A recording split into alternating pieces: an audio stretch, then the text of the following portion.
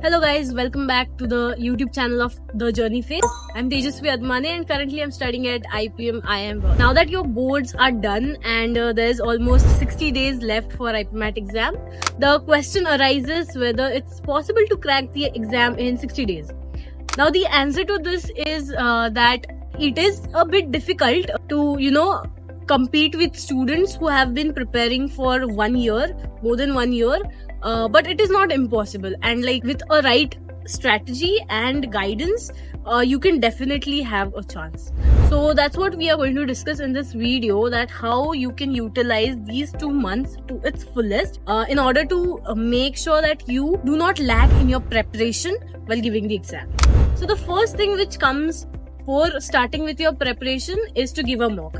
I know it might sound a bit weird that हमने तो preparation की ही नहीं है, then हम mocks कैसे दें? But trust me, it will help you in a way that you'll be able to understand what the exam is all about. You'll get to know the paper pattern, what kind of questions are asked in the exam, what is the level of difficulty, how you should proceed with the time management things. So you'll get a overall idea of how your actual exam is going to be about, and that will help you during your preparation so that you have a right mindset of practicing and solving the questions based on how you attempt these mocks. So now that you have given your first mock, the time comes for starting with your preparation. So I'll be sharing a few strategies for each subject, like how will you proceed with the subject. So first, starting with CUET, that is quantitative aptitude. For this particular section, you need to go through the topics which have been asked the most in past years. So for this, you can also watch a video of 5-year analysis, which will be shared in the description. The link will be shared in the description for this. And once you have analyzed ki okay, ye topics mein se questions have been asked repeatedly and a lot of times. So you will start with the basic concepts of these particular subjects. Also make sure to focus more on your strengths. So for example, if you're from science background, algebra is the right place to start. You might have done algebra in your 10th and 12th standard, so that will be a edge for you, right? Now if you're from a non-maths background, arithmetic is a good place to start. But if you have your strengths in, say for example, geometry, then you can also go for that. But mostly the questions are asked from arithmetic and algebra, a lot of them, so you can focus on these questions.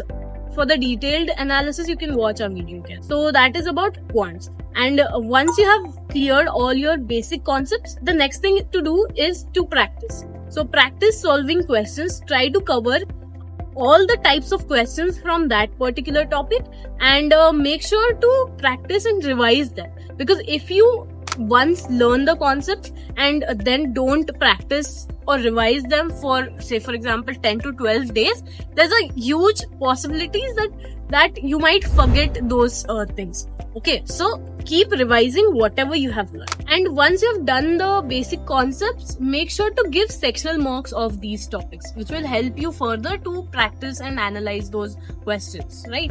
Now, I hope this helped for the quant section. I'll talk about how you can improve your vocab section. So for vocab, you can read editorials on daily basis. That will help you in improving your reading speed, because in the exam, you'll have to go through the passage, right?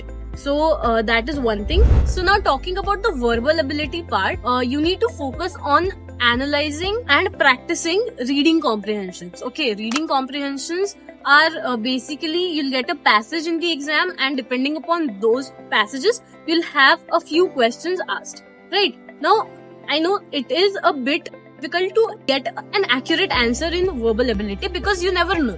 In quants, we get the options that, okay, this is the option I'm getting, there's a chance that it is correct. But in verbal ability, this does not happen. It completely depends upon how you're analyzing the passage, right? So for that, you need practice and revision. So for this, you can solve at least 2 to 3 RCs every day. And reading editorials will not only help you in solving your RCs, but also parajumbles. There's a lot of tricks and techniques and YouTube videos available solving these types of questions. You can refer to them. So you need to practice for verbal ability. For vocab, you can also refer to Word Power Made Easy if that's possible for you. You can go through that book. It will definitely help you in increasing your vocabulary.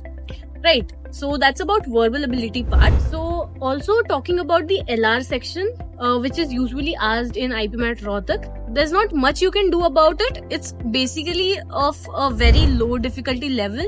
There's not much asked in LR. You can just go through the concept videos of LR and you can get a good grasp of those things. So, and with a lot of practice of LR questions, it is a doable section. So you need not worry much about it. So all these things were about the preparation part. But now I'm going to tell you the most important thing, which is to give mocks. After every topic you have covered, every section you have covered, you need to give sectional mocks. And once you're done with sectional mocks, you have to focus on giving full length mocks. Why? Because full length mocks will help you to make time management in your final exam. Okay, it's very difficult to just randomly go in the exam, sit and solve your exam in a given time, because in the end you will be confused and a lot of things won't go according to your preparation if you do not practice giving mocks. This is the most crucial thing.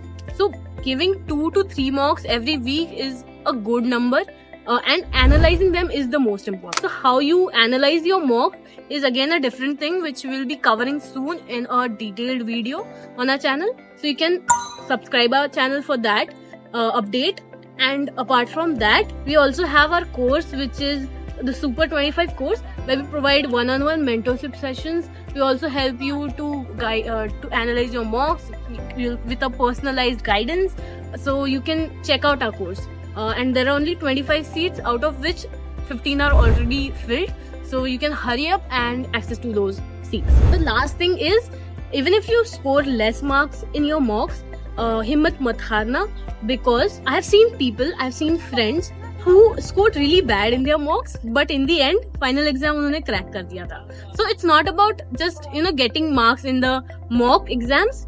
It's about how you analyze them, how you practice your concepts, and how you manage your time in the actual exam. So that's the thing. And also don't forget कि IPMAT clear करना is not some rocket science.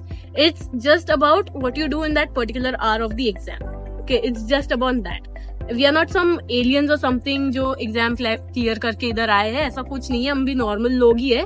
तो ऐसा कुछ बहुत सोचने की जरूरत नहीं कि भाई मुझे कुछ नहीं आता, 2 ही महीने बचे and how am I going to go through everything and how am I going to give the exam.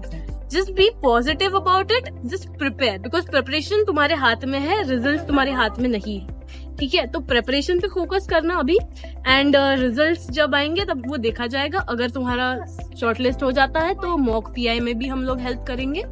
So all the best for your exams. अगर कुछ भी क्वेरी वगैरह होती है तो you can reach out to us, and all the best.